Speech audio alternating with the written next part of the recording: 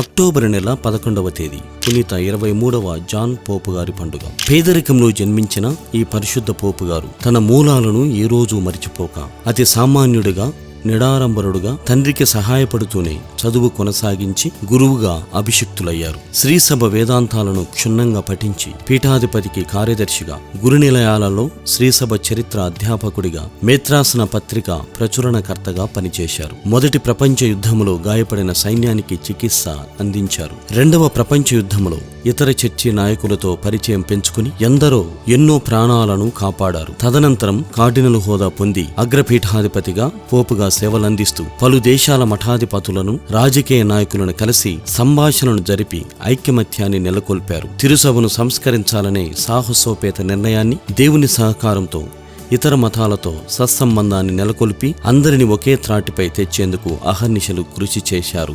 మారుతున్న ఈ కాల పరిస్థితులకు అనుగుణంగా సువార్త మరింత అర్థం చేసుకునే అవకాశం ప్రస్తుతం కలిగించాలనే భావాలతో కార్డినల్ల సంఖ్య పెంచి వారి బృందాన్ని అంతర్జాతీయంగా రూపుదిద్దారు. శ్రీసభ ఎప్పుడూ పొరపాట్లను సమర్థించదు, కాఠిన్యం కన్నా కారుణ్యాన్ని ముందుగా వాడేందుకు ఇష్టపడుతుందని తన జీవిత ఆదర్శం ద్వారా తెలియజేసిన మహనీయుడు పునీత 23వ జాన్ పోపు గారు.